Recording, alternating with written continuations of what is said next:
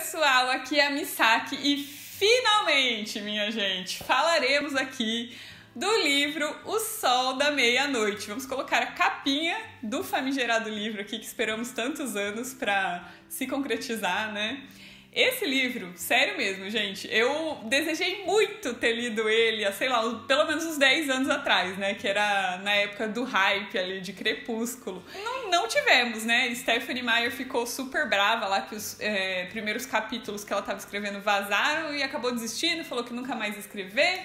Mas no fim ela acabou mudando de ideia, né? Uma década depois aí pelo menos, acabou mudando de ideia para nossa felicidade e terminou finalmente a história, que narra basicamente a versão de Crepúsculo sob o ponto de vista do Edward. Nós tínhamos ficado, né, quem amava Crepúsculo e tal, assim, desconcertado, né? Queria muito saber o que o Edward pensa, porque Crepúsculo é inteiramente narrado sob o ponto de vista da Bella, então a gente não sabe muitas coisas sobre o Edward, principalmente porque o Edward, ele responde coisas muito curtas, né? Você sente que ele censura. E aí, o que esse livro vai trazer? Vai trazer tudo que ele estava pensando e censurava e não contava pra Bella, né? Então, ponto positivíssimo para esse livro. A gente fica sabendo tudo que o Edward estava pensando quando ele respondia aquelas coisas monossilábicas dele, né? Ou frases super curtas. Enfim, a gente fica sabendo tudo que ele estava pensando e censurando da Bella. E uma confirmação que acho que a maioria das pessoas que era fã, né, dos livros de Crepúsculo com certeza teve, é que o Edward é um velhão de 100 anos mesmo, né? A mente dele funciona exatamente como a mente de um velho carrancudo. Mas a gente, ama, né, gente? Amo o Edward e, assim, me apaixonei mais ainda porque ele é exatamente do jeito que eu imaginava, né? A mente dele, enfim, as coisas que ele pensava é exatamente o que eu pensava que ele pensava quando eu tava lendo Crepúsculo. E pra complementar também, a gente vai descobrir muitas coisas a respeito dos Cullen, né? Todos eles ali, a Alice, Rose, Emmett, todo mundo, porque como o Edward sabe o que todo mundo tá pensando, não sei se vocês lembram disso, né? Recapitulando, o Edward tem meio que um poder ali de escutar a mente de todo mundo, e ele só não conseguia escutar a da Bella. Então, a gente vai ficar sabendo tudo que todo mundo tá pensando. Rose ali, Carlisle, enfim, todo mundo da família Cullen e também todas as pessoas da escola, que era uma coisa que eu tinha muita curiosidade, porque o Edward sempre ficava falando pra Bella, né? Ele falava que a mente da pessoa tal era muito feia, né? Os pensamentos da Jéssica. Não sei se vocês vão lembrar, né? Se vocês têm a história fresca aí do Crepúsculo na cabeça, mas no livro a Bella narrava, né, que o Edward sempre falava pra ela que os pensamentos da Jéssica não eram muito legais a respeito dela ali, enfim, da situação. Também o Mike, né, que ficava dando em cima dela ali, ele falava que não tinha uns pensamentos muito bons e aí a gente vai descobrir o que é que eles estavam pensando. Então foi muito legal por isso, eu tinha curiosidade de saber o que eles realmente pensavam, né, e o que o Edward ficava escutando ali, deixava ele super irritado. A gente vai descobrir isso. E acho que o mais legal também de tudo, né, da história em si, é você descobrir o que o Edward estava fazendo naqueles momentos que a Bella dormia. Sério, eu era muito curiosa, né? Porque ele ficava falando que ele ficava lá só vendo a Bella, mas na verdade não era só isso que acontecia. E aí a gente descobre tudo que ele tava falando com os Cullen, e, enfim, tudo que ele tava fazendo. A gente descobre também o que ele tava fazendo antes, né, da Bella chegar ali em Forks. A gente descobre o que ele tava fazendo quando ele some aqueles dias, depois que a Bella chega, que ele fica super mega tentado a, né, matar ela, enfim, a gente descobre o que ele ficou fazendo nesses dias. Eu achei interessantíssimo. A gente também descobre o que o Edward, o Carlisle, enfim, todos que ficaram pra trás ali pra perseguir o Tracker, enquanto a Alice e o Jasper estavam com a Bella, fizeram. Então a gente tem toda essa narrativa aí deles perseguindo o vampirão do mal lá.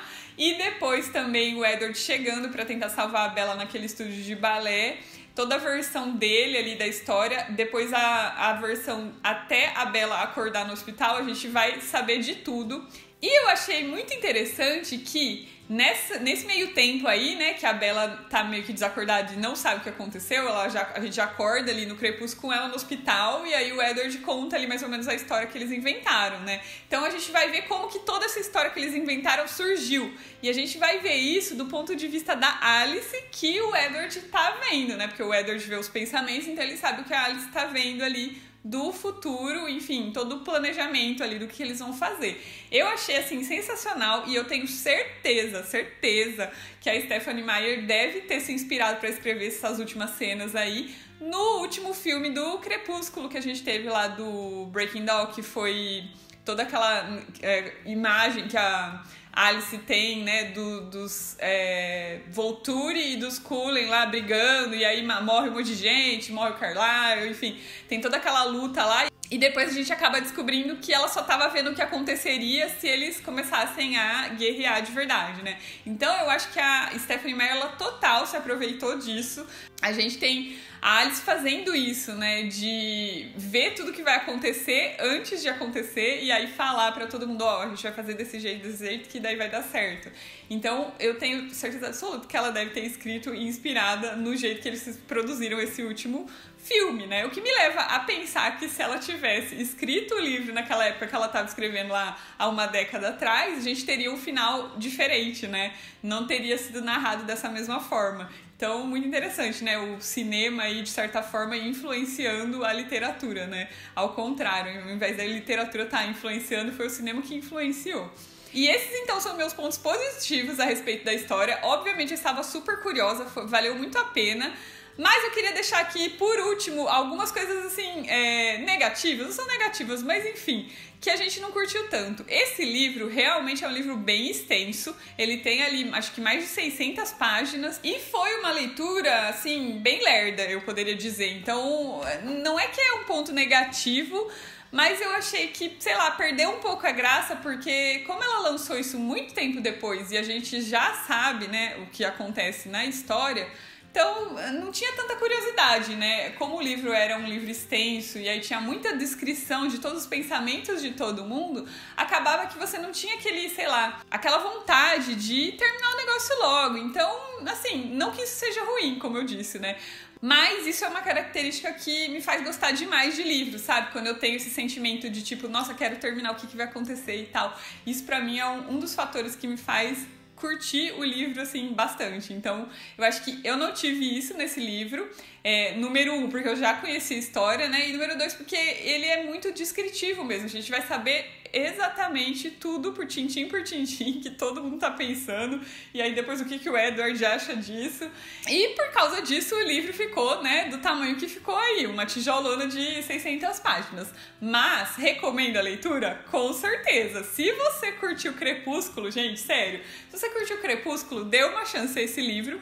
Não sei se agora, não sei se daqui a mais algum tempo, quando você sentir no seu coraçãozinho que é a hora certa. Mas dê, porque é muito legal descobrir, né, toda essa parte aí dos pensamentos do Edward. Ele era uma pessoa que ele realmente censurava muito do que ele pensava, né, falava pouco, como eu disse, tudo que eu imaginava a respeito dele realmente se provou verdade. Então, se você gostou do livro de Crepúsculo, leia, só digo isso pra você. E é isso então, gente, ó, se vocês quiserem comprar o livro, não se esqueçam de comprar com o link aqui do Literalmente na Amazon, eu vou deixar aqui embaixo.